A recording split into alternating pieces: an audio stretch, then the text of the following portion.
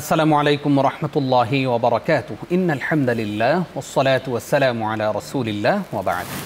প্রিয় দর্শক, মাহে রমজান উপলক্ষে চ্যানেল 9 এর পর্দায় প্রতিদিন আপনারা দেখছেন মজু নিবেদিত মাহে রমজানের 27 আমল।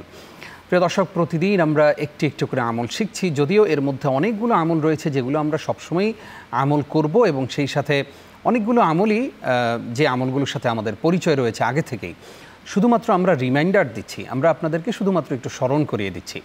প্রতিদিন ছোট্ট ছোট্ট আমল আমাদেরকে শেখাচ্ছেন আসুন্নাহ ফাউন্ডেশনের সম্মানিত চেয়ারম্যান শেখ আহমদুল্লাহ।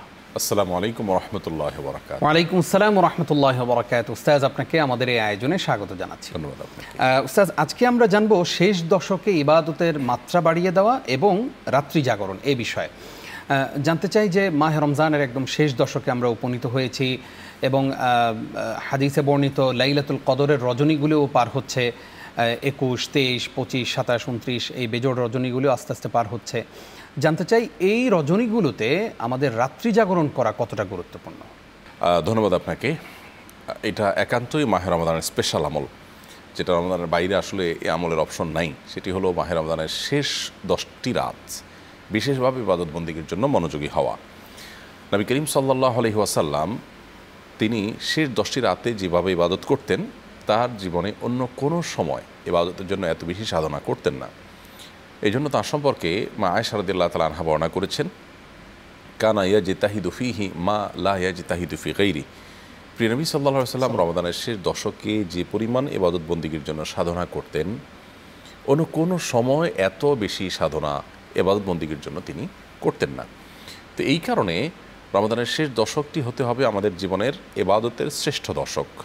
ইবাদতের সবচেয়ে বেশি সাধনা এই দশকে হতে হবে। এর একটি কারণ আপনি বলেছেন যে লাইলাতুল কদর এই দশকে আছে, অতএব লাইলাতুল কদর প্রাপ্তির আশায় বছরের শ্রেষ্ঠ রজনী, হাজার মাস ইবাদতের চাইতে শ্রেষ্ঠ যে রাতের ইবাদত, যে রাত নিয়ে আল্লাহ তাআলা কোরআন আলাদা সূরা নাজিল করেছেন, যে রাতে কোরআন আল্লাহ তাআলা নাজিল করেছেন, এতগুলো উপলক্ষ যেই দশকে, সেই দশকের ইবাদত বন্দেগীর প্রতি আমাদের বিশেষ মনোযোগ থাকতে হবে। আমরা আমাদের সমাজে অবশ্য চিত্রটা অনেকটা উল্টো দেখতে পাই। আমরা দেখি রমজানের শুরুতে মসজিদ ভর্তি মুসল্লি, মসজিদ ফুল হয়ে, বারান্দা ফুল হয়ে রাস্তাঘাটে পর্যন্ত বিছানা বা কার্পেট বিছাতে হয়। ইমাম যাওয়ার জায়গা থাকে না, এত মানুষ মাশাআল্লাহ মসজিদে থাকেন। রমজানের প্রথম দশক পার হতে না হতেই সেই মুসল্লি রাস্তা থেকে বারান্দা হয়ে মসজিদের মূল ভবনের ভেতরে চলে আসে। আর শেষ দশক হয়ে গেলে অনেকটা মসজিদের মূল মুসল্লি যারা ছিলেন, একেবারে যারা 5 ওয়াক্তের মুসল্লি ছিলেন, তাদের মধ্যে সীমাবদ্ধ হয়ে যায়, আর বাকি মুসল্লিদেরকে মসজিদের পরিবর্তে শপিং মলে, রাস্তাঘাটে, গ্রামের বাড়িতে যাওয়ার পথে বিভিন্ন জায়গায় পাওয়া যায়। তো এটা একটা দুর্ভাগ্যজনক চিত্র। রমাদানের সবচাইতে পিক টাইম ইবাদতের যে দশকটা, সেই দশকটাতে আমরা সবচেয়ে বেশি অবহেলা করে শপিং মল ইত্যাদিতে ঘোরাঘুরি করে আমরা সময় নষ্ট করি। তো আমাদের উচিত হবে যে রমাদানের স্পেশাল আমল হিসাবে রমজানের শেষ দশকের প্রত্যেকটা রাতেই ইবাদত বন্দেগীতে মনোযোগ দেওয়া, এমনকি দিনেও সাধ্য অনুযায়ী ইবাদত বন্দেগী করার চেষ্টা করা, যেমনটি নবী সাল্লাল্লাহু আলাইহি ওয়াসাল্লাম করেছেন।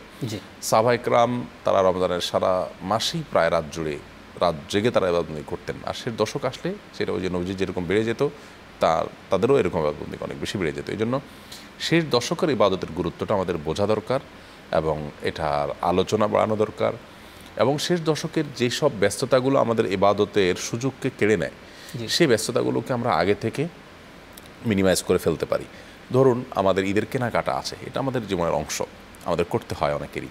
যদিও আমি খুব ফ্র্যাঙ্কলি বলতে পারি, আলহামদুলিল্লাহ, আমার মনে পড়ে না যে আমার এই জীবনে কখনো ঈদের শপিং বলতে কোনো কিছুর জন্য আমার ফ্যামিলিতে কারোর কোনো ডিমান্ড তৈরি হয়েছে, বাচ্চাদেরও না।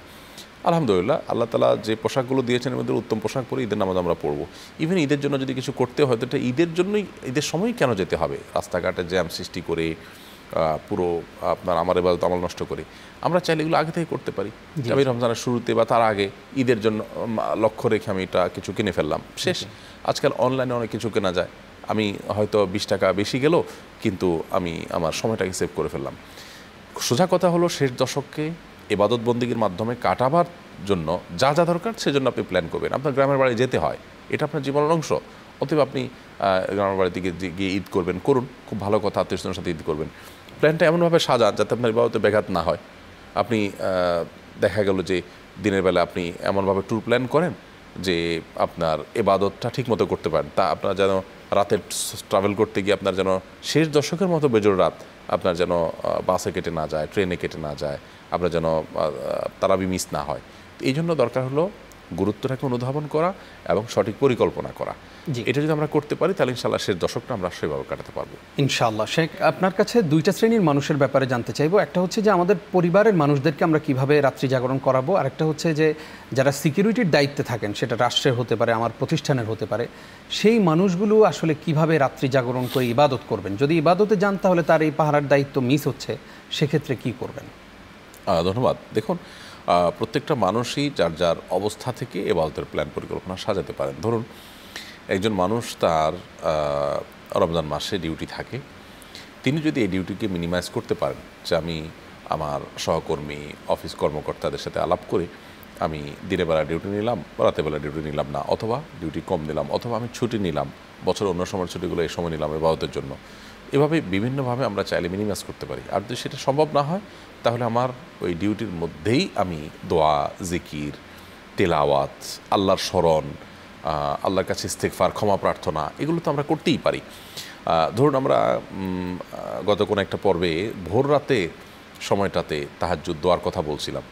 আমার তখন মনে হচ্ছিল যে আমাদের মা বোনরা যারা আছেন, যারা আসলে আমাদের খাবারগুলো প্রস্তুত করাতে ব্যস্ত থাকেন, খাবার প্রস্তুত করতে একটা সময় যায়, নিজের খেতে একটা সময় যায়, খাবার শেষে আবার সেগুলো গোছাতে আর একটা সময় যায়, তারা কি করবে? তো এর উত্তর হলো যে তারাও চাইলে বিভিন্ন অপশন বের করতে পারেন। যেমন ঠিক আছে, গোছগাছ করে অনেকের সাথে সাথে ধুয়ে ফেলার একটা তাড়া থাকে, এটা আমি করলাম না, এটা আমি দোয়া করলাম, পরে করব দোয়াটা। আবার চাইলে আমি ওই কাজের ফাঁকে ফাঁকে দোয়া করতে পারবো। এইভাবে আমরা যারা বিভিন্ন দায়িত্বে নিয়োজিত আছি, আমার মনে হয় তারা কাজের ফাঁকে ফাঁকে আল্লাহর কাছে দোয়া, মুনাজাত, ইস্তেগফার এগুলো করতেই পারেন ইনশাআল্লাহ। জাযাকাল্লাহ খাইর উস্তাজ, আজকেও গুরুত্বপূর্ণ আমল শিখলাম আপনার কাছ থেকে। কষ্ট করে সময় দিয়েছেন, সেজন্য আপনাকে ধন্যবাদ জানাচ্ছি। ধন্যবাদ আপনাকে। প্রিয় দর্শক, এতক্ষণ যারা আমাদের সঙ্গে ছিলেন আপনাদেরকেও ধন্যবাদ জানিয়ে শেষ করছি আজকের আয়োজন। আসুন আমরা মাহে রমজানের বাকি দিনগুলোতে আমলে কাটাই, রাত্রি জাগরণ করি। আল্লাহ তাআলা আমাদেরকে সেই তৌফিক দান করুক, আমিন। আপনারা দেখছিলেন মোজো নিবেদিত মাহে রমজানের 27 আমল। আগামীকালকের পর্ব দেখবার আমন্ত্রণ জানিয়ে এখানেই শেষ করছি। আমি নিজাম বিন মুহিব। আসসালামু আলাইকুম ওয়া রাহমাতুল্লাহি ওয়া বারাকাতুহু।